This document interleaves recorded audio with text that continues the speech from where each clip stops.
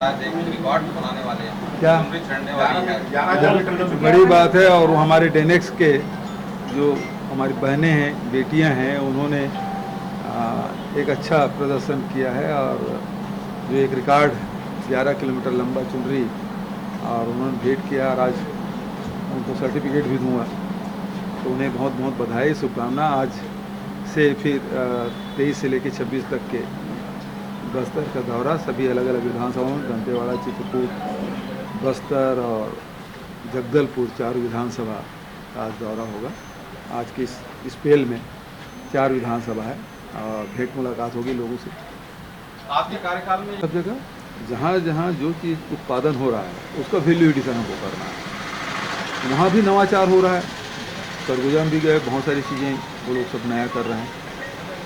बस्तर में आप कुंडा गांव में कहेंगे तिकुर से आपका मिलेगा, इमली का कैंडी है, इमली का प्रोसेसिंग प्लांट लगा है, महुआ का लड्डू है और झाड़ू बनाने का काम, मिलेट्स का कांकेर में सीताफल का पल्प, उसी प्रकार से अब जामुन का सीज़न है तो उसका भी पल्प निकालेंगे। तो लगातार हमारी कोशिश ये है कि जो हमारे उत्पाद जो हम वनों से संग्रह करते हैं उसका वैल्यू एडिशन हो, ताकि लोगों को रोजगार मिल सके और ज़्यादा कीमत मिल सके। भारतीय जनता पार्टी के बाद NIA से वापस लेने की बात होती है तो भारत सरकार हमको देती नहीं। दूसरा FIR दर्ज होता है तो NIA कोर्ट चली जाती है। आयोग के जांच को रोकने के लिए भारतीय जनता पार्टी के नेता प्रतिपक्ष खुद हाई कोर्ट चले जाते हैं। तो इसका मतलब क्या है, ये पूरे प्रदेश और देश समझ रहा है कि आखिर में केंद्र में भाजपा की सरकार है और यहाँ जो आयोग में कोर्ट में गए हैं वो भी भारतीय जनता पार्टी के लोग हैं। तो आखिर जीरम में क्या है जो वो सच है जो उसको छुपाना चाहते हैं, जो जनता के सामने नहीं आना देना चाहते हैं। इसका मतलब ये है कि भारतीय जनता पार्टी उसमें लगातार अड़ंगा डाल रही है। जो नवचिंतन शिविर उदयपुर में जो निर्णय हुआ है उसका पालन होगा और भारत जोड़ो अभियान 2 अक्टूबर से शुरू होगा। हम लोग तो छत्तीसगढ़ में खूब पद यात्रा किए हैं। अच्छा लगेगा जब पद यात्रा में जाएंगे पूरे देश भर में और देश के विभिन्न प्रदेशों की जो समस्याएं हैं, लोगों की जो अपेक्षाएं हैं और देश में होना क्या चाहिए, उसमें विमर्श भी होगा। नए तथ्य सामने आएंगे और देश को एक नई दिशा मिलेगी। देखिए, निर्मला सीतारमण जी का भी बयान आया कि राज्यों को कोई नुकसान नहीं होगा। मुझे तो बिल्कुल समझ नहीं आया। यदि केंद्र सरकार सेंट्रल एक्साइज में कमी करती है तो इसका मतलब ये है कि 42% हिस्सा राज्यों को जाता है। यदि वहाँ कम होता है तो हमारा हिस्सा कम होगा। दूसरा, यदि रेट गिरता है तो वेट का परसेंट अपने आप कम हो जाता है। जो वेट लगा, हमारे यहाँ 24% वेट है, तो जो राशि कम होगी तो उसका 24% आएगा, तो इतना नुकसान तो हमको होगा। मतलब अभी तक के जो अधिकारियों ने मुझे बताया करीब 500 करोड़ के आसपास हम लोगों को अभी नुकसान होगा।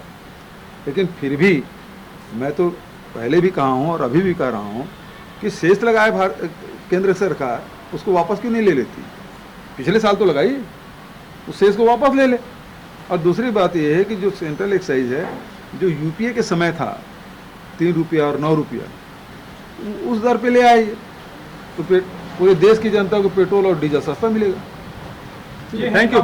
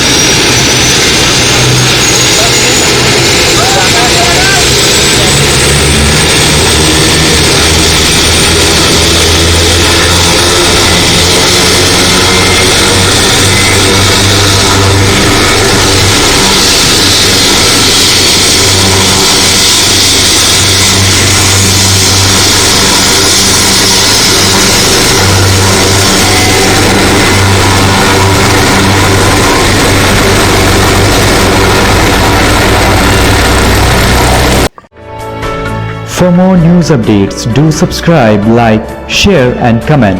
Clipper 28.